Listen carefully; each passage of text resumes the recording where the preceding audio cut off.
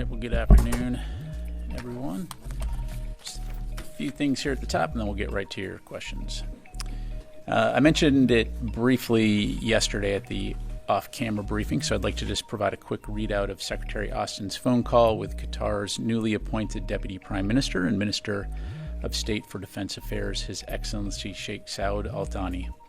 During their call, the Secretary reaffirmed the U.S.-Qatar defense partnership, reviewed opportunities to enhance defense cooperation, and discussed regional security developments. The Secretary emphasized the Department's commitment to regional de-escalation through deterrence and diplomacy, including through U.S. efforts to support implementation of the ceasefire between Israel and Lebanon, uphold the enduring defeat of ISIS, and degrade Houthi military capabilities, jeopardizing the free flow of commerce in the Red Sea.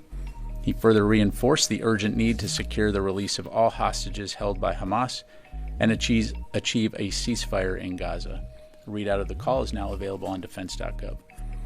Also yesterday, U.S. Central Command forces conducted a precision airstrike against a key command and control facility operated by Iran-backed Houthis within Houthi-controlled territory in Sana'a, Yemen. Per U.S. Central Command's press release, the targeted facility was a hub for coordinating Houthi operations, such as attacks against U.S. Navy warships and merchant vessels in the southern Red Sea and Gulf of Aden. The strike reflects CENTCOM's ongoing commitment to protect U.S. and coalition personnel, regional partners, and international shipping. I would refer you to U.S. Central Command for further questions. Finally, a quick update on the transition process. Yesterday, the Department's Transition Director, Ms. Jennifer Walsh, and representatives from the Office of the General Counsel, Washington Headquarters Services Security Office, and the DoD Transition Task Force met with 11 members of President-elect Trump's Agency Review Team, or ART, here in the Pentagon. In accordance with standard practice, the ART members signed non-disclosure agreements and discussed security procedures, including information security and next steps for transition efforts. DoD officials also showed the ART members dedicated office spaces here in the Pentagon that have been reserved for their use. For specific questions about the ART team, I would refer you to the President-elect's transition team. We'll continue to provide updates on the transition efforts within the department as they become available and remain focused on ensuring a smooth, orderly, and professional transition. And with that, let's take your questions. Go to AP. Tara. Thanks, General Ryder. So back to the drones. Can you unequivocally say that none of the drones that are being spotted are DoD assets or something that's being tested within the Defense Department? Are all of these either civilian or otherwise, but just not Department of Defense drones? You're talking about the drones in New Jersey up and down the... Yes, they are not DoD assets. None of them are? To my knowledge, none of them are. Okay. And are there any sort of experimental programs going on where maybe drones are being tested that... To my knowledge, no. Okay. What about the ones that are flying over military bases at this point? Have there been any possibilities of collecting what sort of information these drones are doing or anything like that? Yeah, again, just to kind of put this into context, and I know that our colleagues at the White House, FAA, DHS, FBI have all made this point. There's over 1 million drones registered in the United States, and on any given day, approximately 8,500 drones are in flight. And so the vast majority of these drones are going to probably be recreational or hobbyist. They're going to be commercial drones, used in things like architecture, engineering, farming, or they could be used for law enforcement. Is it possible that some of those drones could be up to malign activity? It's entirely possible, but the vast majority, that is not, the case. And in the case of drones flying near or over U.S. military installations, that in and of itself, just given the volume of drone flights we see on a given day, is not something that's new. We take all of those seriously. We will typically, when we detect them, attempt to classify them and take appropriate measures. Is it possible that some of those are surveilling? Absolutely. But can you make that assumption in every case? Not necessarily. So in each case, commanders have the authority, installation commanders and authorities have the authority to respond appropriately, and will continue to do that. Okay, just one other topic, Ukraine. Did the U.S. have any role at all, either providing intelligence or otherwise, in the what looks like a targeted killing of the Russian general? Yeah, I can tell you we were not aware of this operation in advance. We do not support or enable those kinds of activities. Seen the reports. Don't really have any information to provide other than what I've seen in the press, and so I'd have to refer you to the Ukrainians on that. Pat, last year, U.S. Transcom and U.S. Air Mobility Command signed an agreement with a group called the National Aerospace Research and Technology Park. This is in Atlantic County, New Jersey, and the agreement was to create a test and evaluation corridor for UASs, unmanned aerial systems, and advanced air mobility. Is it possible that these drones that are being seen in New Jersey are part of that corridor that was created a year ago to test these kind of drones and unmanned systems? Yeah, and I know you're not going to be surprised by this, but I've had some of your other colleagues reference that press release. I did check with the Joint Staff to see if that was possible, and again received confirmation: no military operations, no military drone or experiment operations in this corridor. Thanks, Pat. Going back to Russia, the general who was assassinated in Moscow, how significant is that? Do you think that's going to change Russia's calculus at all in the war with Ukraine? And what comments do you have on the accusations that he was responsible for the use of chemical weapons in Ukraine? I'd refer you to Russia to talk about the potential impact. Again, I won't speak for Ukraine. Clearly, this is a senior commander within the Russian military overseeing significant capabilities. But again, like I highlighted, we're aware of those reports, looking into them, but that's about all I'm going to have. So, Warren. On drones for a second, what was the thinking behind sending additional detect and track systems to Picatinny Arsenal and Naval Weapons Station Earl? And are there other facilities that might get more of these systems in the future? Yeah, so a couple things.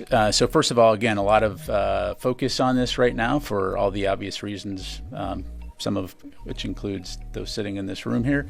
And so we're going to take this seriously. And so ensuring that installations, in this case Picatinny and Earl, have the capabilities they need to detect, to identify and track as appropriate in the event there's drone activity near those facilities.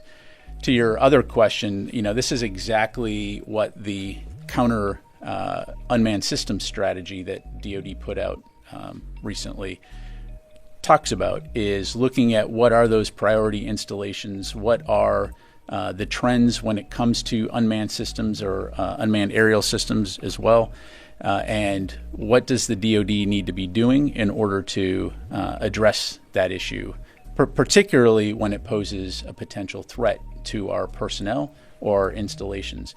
The thing is that I think we've all recognized the fact that unmanned systems are here to stay. They're a part of modern warfare, and whether it's here in the homeland or overseas, we want to make sure that we're doing due diligence to protect our forces and protect our equities from a national security standpoint. So, I think you'll see us continuing to look at that, and it's something we're going to continue to take seriously. What systems are being sent and when will they arrive? In addition to some of the capabilities that are already on these installations, these capabilities essentially will enhance space authorities' ability to detect, identify, track UASs. For example, this could include active or passive detection capabilities, plus capabilities like the system known as drone busters, which, as you know, employs non-kinetic means to interrupt drone signals, affect their ability to operate. All right, Kelly. You mentioned that it wasn't all that unusual to see some drones over military bases. You mentioned this is becoming more and more of a common occurrence in the use of drones. But what would constitute it as a threat? What is the benchmark, and have you been communicating with other military installations to be ready for more of these drones, and how to spot if it could be a threat before it might be too late? Yeah. Again, it won't surprise you. This is not a new conversation for us within DoD. I mean, as I highlighted, drones flying whether here or overseas, is not something new, right? And especially in the United States with 1 million registered drones and 8,500 flying on any given day. Similar to vehicles that may inadvertently approach a base, the same can be true for drones. As to what constitute a threat, that obviously has to be assessed on a case-by-case basis, depending on what the drone is doing, where it's going, and so I'm not going to provide a blanket definition, but again, the idea here is that by providing training, capabilities, resources, commanders are able to assess and make those determinations. The other thing that I think it's very important to remember is that when we're here in the homeland, the authorities that the U.S. military has to detect and track these kinds of things is much different than it would be if we were in a combat zone. In other words, the intelligence, surveillance, and reconnaissance capabilities that we can employ outside the United States are much different for very good reasons. We don't collect intelligence on American citizens. And so that, of course, appropriately requires to work very closely with local, state, and federal authorities, law enforcement authorities, when necessary to address these threats. You mentioned the White House and the administration did share a bit of their assessment of what these drones are, but we know lawmakers are being briefed on Capitol Hill and members of the public. This isn't really sitting well with them. They aren't really kind of taking this explanation for those that really saw these drones with their own eyes. So what would you say to them? Well, again, I definitely don't want to minimize the significant interest and the concern that people have. But again, I think in the way that you now have this modern technology and the ability, you could go out of here right after this briefing and go and buy a drone, and you could fly it around your neighborhood. And as long as you're flying it appropriately and not in restricted airspace, there's nothing illegal about flying that drone. So again, just providing some perspective here, and I think the joint statement that we put out highlighted that the assessment in terms of what these reported sightings could be in terms of a combination of lawful commercial drones, hobbyist drones, law enforcement drones, as well as manned fixed-wing aircraft. Again, don't want to minimize it, but I think it's important to understand too just the volume of drone activity that will likely only increase into the future, and the fact that it is legal to fly drones, and if they go into restricted airspace, of course we'll take appropriate action. Just why does it have to be a classified briefing if these are just hobbyist drones, they're not military drones? Why is it a classified briefing on the Capitol Hill? I'd have to refer you to Congress on that. Again, sharing as much information as we can here. I don't have the briefing in front of me, so I can't tell you specifically, what aspects are classified or not. I can assure you, though, that again, we are sharing as much information as we can based on what we know. Let me go to the other side of the room here, Chris. Thanks, Pat. Two questions on drones.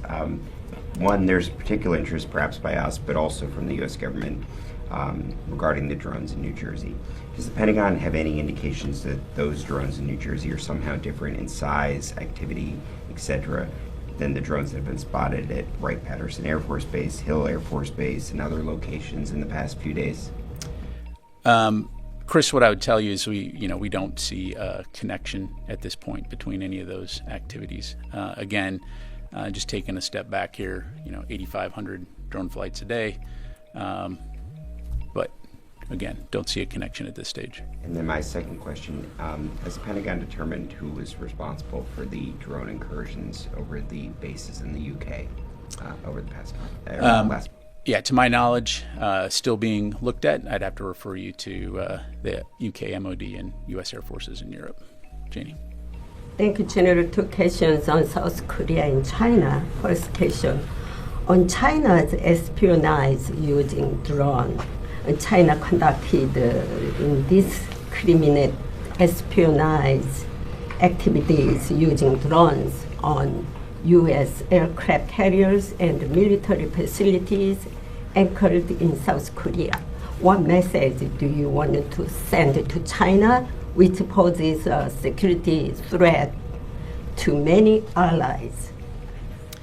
What's the message to China? Yes. Look, Janie, I'm not going to get into any specific, operations overseas other than to say, we take force protection, operation security very seriously. We value the partnerships that we have with our allies throughout the Indo-Pacific region and worldwide as we work together towards our mutual security interests. And so wherever there is a potential threat, we of course will take measures to mitigate, but I'll just leave it there. On South Korea, the security vacuum is in chaos due to the president suspended his work, and the military leadership also as well as suspended. Is there any disruption in the U.S.-South Korea alliance? And who is the Secretary Austin, the current dialogue partner? Yeah, so right up front, I would say, and you've heard Secretary Austin say this, the alliance between the United States and the ROK is ironclad. We continue to remain committed to peace and security of the Korean Peninsula, and our combined defense posture remains strong. I know that General LaCamera spoke with the acting Republic of Korea president on Sunday. He emphasized the strength of the alliance and reaffirmed commitment to pre-planned training and exercises. He also spoke with the acting Minister of Defense on Thursday on the same topic. So don't have anything to read out right now in terms of potential phone calls with Secretary Austin and the acting Defense Minister in the future, but certainly we'll keep you updated. Let me go to Eunice. Thank you very much, General. The Turkish Defense Minister says Ankara had proposed to Washington that they can assign 3 commander brigades to help fight Daesh and also control prisons where ISIS militants and their families are held. Those are your biggest concerns right now, especially after the fall of the Assad regime. So this is your NATO ally saying that surely if there was such a partnership between the US and Turkey, these are the 2 largest militaries within their alliance. Why not just team up? Is it just lack of trust? You just don't believe them, or you like to specifically work with the SDF? Yeah, thanks for the question. As you highlight, Turkey is a very valued NATO ally, and we continue to keep lines of communication open as it relates to the situation in Syria, as it relates to regional security interests like ISIS. I don't have anything to announce in terms of any changes in U.S. force posture or how we're approaching the defeat ISIS mission, but I'm confident that we'll continue to keep having those conversations with Turkey and other regional partners on this issue. Just one follow-up, please. The Turkish foreign minister just on the same day said that the YPG, or as called the SDF, will either dissolve itself or be destroyed in Syria. Is the United States going to militarily step in? I'd asked this question before because Turkey stresses it very clearly that they're going to be destroyed. Or you can work with us and we can sort out the Daesh problem in Syria. Like, how do you approach this statement and like this behavior? Yeah, I don't have a comment to provide on the foreign minister's comment. What I would say is what I've relayed before, which is that the SDF remains an important partner. I think it's important to remember what Daesh or ISIS is capable of, as we've seen in the past, and we all have a vested interest in ensuring that they cannot resurge. And so I know, again, we're speaking with our Turkish counterparts and others in the region as it relates to the challenges associated with ISIS, as well as the SDF and the continued important role they play in preventing a resurgence of ISIS. And so we'll continue to have those conversations, and I'll just leave it there. Let me get to a couple other folks here real quick. Let me go to Jeff Shogel, Task and Purpose. Thank you. Have any of the drone sightings been accompanied with sightings of a large rectangular black object, sometimes called a monolith, often accompanied by Also sprach Zarathustra by Richard Strauss? Yeah, thanks, Jeff. I would probably have to think back to the words of a very wise prophet, Obi-Wan Kenobi, who said, "These aren't the drones you're looking for." But beyond that, I'll just have to move along. Okay, let me go to Howard Altman, Warzone. Thanks. Well, that was hard to top. I got 2 questions, one on the drones and one on Syria. I know you told Chris that these are not you're not seeing any connections. But in terms of visual or sensor data that is of the drones that have been seen over the U.S. bases, both CONUS and no CONUS, what similarities are you seeing in visual and sensor data? My question on Syria is, Muslim Abdi, the head of SDF, is proposing a proposal to establish a demilitarized zone in Kobani with the redistribution of security forces under American supervision and presence. Is the U.S.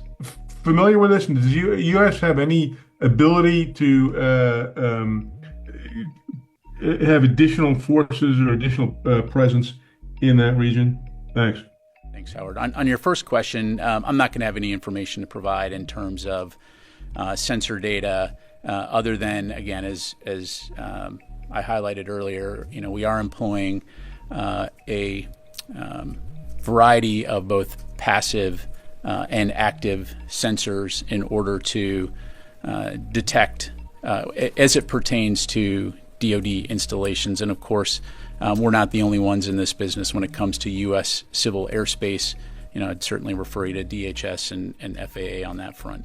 As far as Kobani goes, and the ceasefire discussions between groups that are there and the SDF and others, that's something that we're obviously monitoring closely. As I highlighted to your colleague, I think we all have a vested interest in ensuring that groups in the region capitalize on the situation here to enable the people of Syria to be able to have a better life than they did under the Assad regime. But as it relates to the U.S. force presence in Syria, it is focused on the Defeat ISIS mission. And so that continues to be our focus. And I'll just leave it there. Let me come back into the room. Noah. Pentagon didn't specify where the strikes took place yesterday within Syria, where American equipment was used. Do you have anything more on that? What I could tell you, Noah, is you're talking about the counter ISIS, defeat ISIS strikes. Yes, those were in the Badia Desert. What I'm tracking is it was 4 separate locations, and CENTCOM assesses that 12 ISIS members were killed. Thank you. John. Thank you, General. Not Syria again. We know that you are actively involved in negotiation between the Syrian Free Syrian Army and the SDF, especially in the area of Manbij. But other than that, in the south, in cities like Raqqa and Deir ez-Zor, there are a lot of protests against the SDF. And especially the Arab population in this area, they claim that the SDF was collaborating with the Assad regime, and they see them as complicit. And after the fall of the regime, they want them out of their neighborhood. What do you say about these kind of requests from the local Syrians in those areas? And do you think that will create a possible threat for U.S. forces? Well, as I'm sure you can appreciate, I'm not going to delve into domestic Syrian politics other than to say, again, we recognize the situation right now in Syria is fragile, particularly as it relates to the post-Assad regime. U.S. forces have been working closely with the SDF for years now on the Defeat ISIS mission, and that continues to be our focus. I won't speak for the SDF or what the local population may or may not be saying, other than, again, I think we all have a vested interest in ensuring that ISIS is not allowed to regroup and resurge and return to the kinds of activities that we saw previously. Got time for just a couple more. The leadership of the Assad regime, most of them who are criminals involved in slaughtering their own people, and very possibly in the future there will be courts against these names. We know Bashar al-Assad flew right away to Moscow, but rest of his team, do you have any idea how did they get out of the country, or do you follow any intelligence about personalities like Maher Assad, his brother? Yeah, I don't have anything to provide from the podium here. Let me go to Mike. Thank you, General. One question on Syria. Since last week, the Turkish-backed Syrian National Army and militants are amassing around the controlled areas of SDF. Are you engaging with Turkey on this? And do you think a Turkish incursion into northeast of Syria is imminent? Again, I won't speak for Turkey in terms of what they may or may not do. And then, I'm sorry, the first part of your question, negotiating with who? Yeah, like the Turkish-backed forces in around Kobani, amazing around Kobani to invade Kobani. Are you engaging with Turkey on this? Again, I think I kind of already addressed this. Broadly speaking, the U.S. is communicating with Turkey about the situation in Syria writ large and keeping lines of communication as it relates to the post-Assad regime, trying to ensure that the people of Syria are able to experience security and stability. But from a U.S. military standpoint, our focus in Syria continues to be on the enduring defeat of ISIS. Okay, let me get to Jim, and then I'll come to you, and then we'll close it up. Jim. Joe, just to Syria again, given all the unrest, are the and the counter-ISIS mission there, are the U.S. forces able to pursue that mission, and is the force protection measures, given the unrest, adequate for what's happening now? Yes, I mean, that as evidenced by the counter-ISIS strike we took a couple days ago. So, yes, they are able to conduct their mission, and of course, as it has always been, force protection remains a top priority for our forces in Syria. There are no plans to add more forces there? I don't have anything to announce right now in terms of change of force posture. Carl? Thank you. You've made it very clear that we are in Syria, the U.S. is in Syria to counter ISIS. You've said that several times. But our partner in that fight is the SDF, and the commander is now saying that he wants to propose a demilitarized zone because of these tensions with Turkey, and is asking for American supervision and presence. So is the Pentagon willing to consider that proposal to have U.S. boots on the ground in place to help that demilitarized zone? Carla, as I'm sure you can appreciate, I'm not going to make policy from the podium here. Obviously we continue to communicate very closely with the SDF as our defeat ISIS partner, but I'm not going to have any updates in terms of change of mission right now. Last question, Mike. I know you're hoping for a drone question, so let me oblige you. Okay. You say that there are these sightings. Why do most of the sightings seem to be around New Jersey? I mean, it's the Garden State and all, but what is so special about New Jersey that it's getting most of the attention from this? I've never seen drones here. I've never seen them flying around Virginia. And second question, drone-related question. I know we are building on you're developing the military's ability to detect drones. Are you also working on their ability to defeat drones in the air? Yeah, absolutely. To answer your last question, and I would encourage you to go take a look at the counter unmanned strategy that we put out, just last week, that talks about the approach that we're going to take, and that includes the ability to defeat drones both kinetically and non-kinetically. And so, again, looking at places like Ukraine, we've seen the impact that drones can have on the battlefield, and so it's something that the department's taking very seriously. As for your question in terms of the preponderance of sightings, reported sightings in the New Jersey Northeast corridor, I can't answer that question, Mike.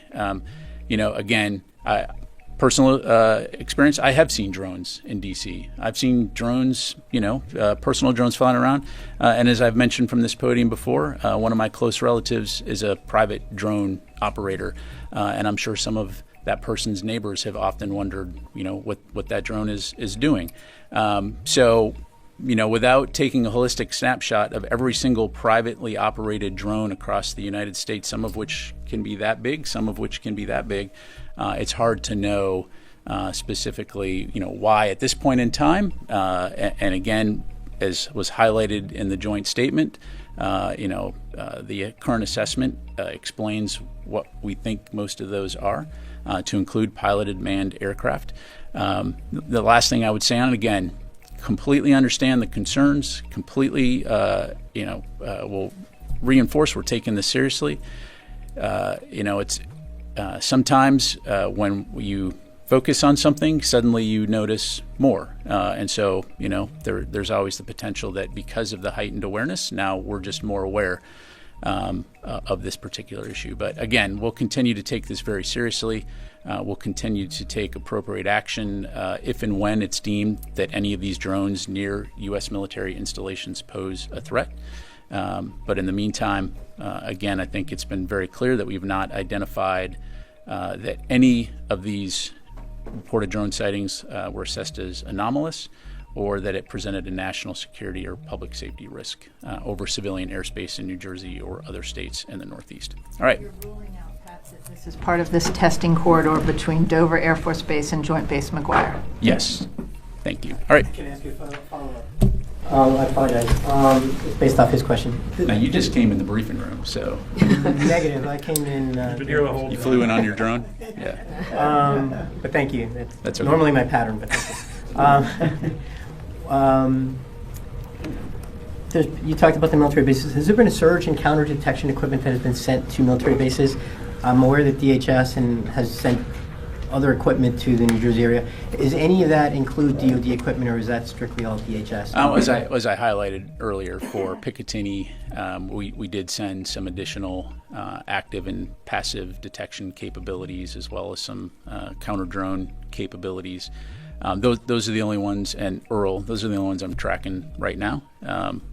But again, if we need to look at other installations, we certainly can, but I don't have anything else to. When you say active and passive, I mean, that is just strictly detection, or is that actually to bring drones down? So active and passive detection, different methods to be able to detect drones using different capabilities, right? So passive measures would essentially be it just has the ability to receive signals without emitting signals, whereas active would be like radar. I bounce the signal off and it bounces back, right? And then separate from that would be counter UAS capabilities, things like let me make sure I get the name right here, like drone busters, which essentially emits a signal which is able to interrupt the signal on the drone, which can affect its flight. So that's a methodology that we have that is able to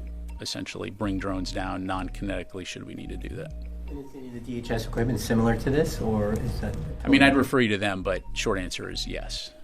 Okay. All right. Thanks very much, everybody. Appreciate it.